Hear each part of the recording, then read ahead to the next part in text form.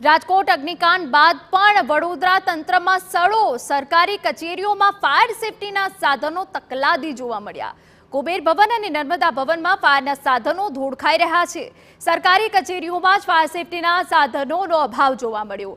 Fire સાધનો renew થયા છે કે નહીં તેની તારીખ જોવી પણ મુશ્કેલ થઈ ગઈ છે।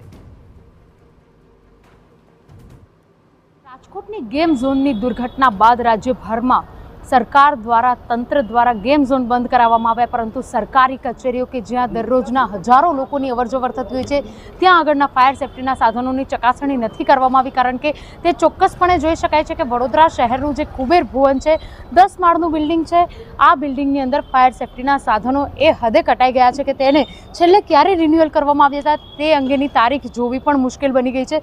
જે પ્રકારે દ્રશ્યોમાં જોઈ શકાય છે કે ફાયર સેફટીના સાધનો તો લગાવેલા છે, પરંતુ તેનો કોઈ પણ પ્રકારનો ઉપયોગ લોકો કરી શકે તેમ નથી, કારણ કે જે પ્રકારનું ફાયર સેફટીના સાધનો મૂક્યા છે ત્યાં આગળ કોઈ પણ કેવી રીતે ઓપરેટ કરવું તેના માટેની કોઈ માહિતી નથી। ઉપરાંત તે એટલી હદે જામ થઈ ગયા છે કે તેને હલાવવું પણ મુશ્કેલ થઈ શકે છે।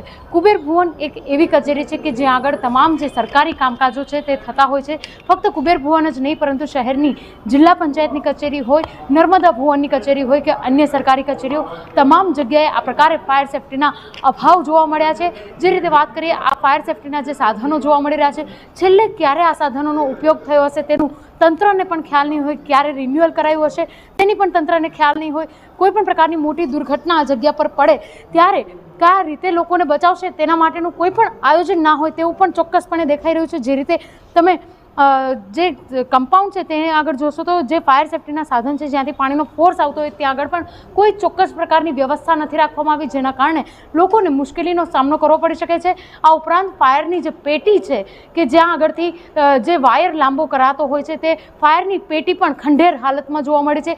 કોઈ પણ પ્રકારની મોટી દુર્ઘટના થાય ત્યારે કલેક્ટર આ વિષય પર જવાબદારી લેશે કે વડોદરાના મહાનગરપાલિકાના જે કમિશનર છે કે ફાયર વિભાગ છે તેઓ દ્વારા તપાસ કરી અને જે સરકારી કચેરીઓમાં ફાયર સેફટીનો અભાવ છે તેના માટે કોઈ પણ પ્રકારની ચોક્કસ કાર્યવાહી કરશે કે ફક્ત ગેમ ઝોનો બંધ કરી કે જે ખાનગી જે રમતગમતોના સાધનો મળતા હોય છે તે તમામ વસ્તુઓ બંધ કરી અને જે તમામ જે કામગીરી છે તે બતાવી અને પોતે કામગીરી કર્યાનો સંતોષ કરશે, કે પછી સરકારી કચેરીઓમાં પણ ફાયર સેફટીના અભાવે લોકોને પડનારી મુશ્કેલી સંભવતઃ જો થઈ તો તેના માટે જવાબદાર કોને ગણી અને ક્યારે આ ફાયર સેફટીના સાધનો યોગ્ય રીતે ઉપયોગમાં લેવાય તે પ્રકારના કરાવાય છે તે જોવું પણ તેટલું જ મહત્વનું રહેશે। અંજલિ।